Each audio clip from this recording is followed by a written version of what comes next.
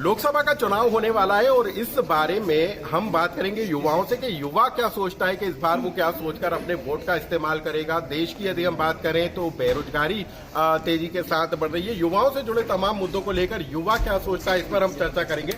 हमारे साथ कुछ खास लोग मेहमान मौजूद हैं। आप लोग युवा हैं, कला संस्कृति से भी जुड़े हैं, तो आप लोग क्या सोचते हैं कि इस बार का चुनाव कैसा रहेगा, किस पर फोकस होगा और आप लोग क्या सोचकर वोट देंगे? चुनाव का तो मेन फोकस रहता है रोजगार। अभी सेंसस आए जिसमें इंडिया का पॉपुलेशन सबसे ज्यादा है। इतनी ज्यादा पॉपुलेशन है और रोजगार की बात होती है तो बोलते हैं कि हम इतने लोगों को रोजगार देंगे, बट स्कीम नहीं बताई जाती कि आप रोजगार देंगे तो किस सेक्टर में देंगे, सर्विस सेक्टर में देंगे या फिर किस सेक्टर में देंगे, वो बताया नहीं जाता। बस ऊपर ऊपर बताया जाता है। जो पैम्पलेट्स आते हैं बड़े बड़े अक्षरों में लिखे रहते हैं कि हम ये करेंगे वो करेंगे, पर ये जो चुनाव के टाइम इसको हाईलाइट किया जाता है। पर जब काम करने का वो जो 5 साल का जो समय रहता है उसमें बहुत चुनिंदा चीजें हैं और जिन पे फोकस किया जाता है। पर अभी जो फिलहाल की जो वर्तमान की जो सरकार है उसने काफी हद तक जो पिछली जो सरकार थी उससे काफी हद तक कार्य किया है। वो इंफ्रास्ट्रक्चर हो या फिर स्मार्ट सिटी हो या फिर सारे सेक्टर में सबसे ज्यादा डिजिटल इंडिया, कैशलेस इंडिया पे उन्होंने फोकस किया है कि इंडिया को इतना डेवलप कर सके ताकि हर एक इंसान, ऐसा ना हो कि बस डॉक्टर इंजीनियर पे फोकस किया जाए, ऐसा कि हर एक इंसान को इतना काबिल बनाया जाए कि वो अपने पैरों पे खड़ा हो सके। जैसे आर्टिस्ट हो, वो पोयम लिख सकता है, आर्टिकल लिख सकता है, उसको उस चीज से पहचान मिल सकती है।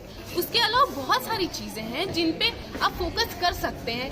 Other than doctor engineer, practical life पे भी फोकस करना चाहिए।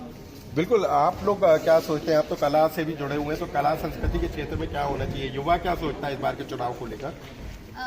जैसे कि हम सब कला से जुड़े हुए हैं तो मैं ये पर्सनली चाहूँगी कि जो आने वाली जो भी सरकार रहेगी वो इस फील्ड को लेकर के थोड़ा सा फोकस रहे, क्योंकि सारी फील्ड में जैसे पढ़ाई जो होती है उस पर ज़्यादा ध्यान दिया जाता है। आजकल पेरेंट्स भी आजकल बोलते हैं कि आपकी स्टडी कंप्लीट करनी है और, बट फील्ड आर्ट की जो फील्ड है उस पर बहुत कम लोगों का फोकस रहता है। अगर कोई डांस कर रहा है तो उसको लेकर के आजकल सोसाइटी में बहुत इश्यूज रहते हैं।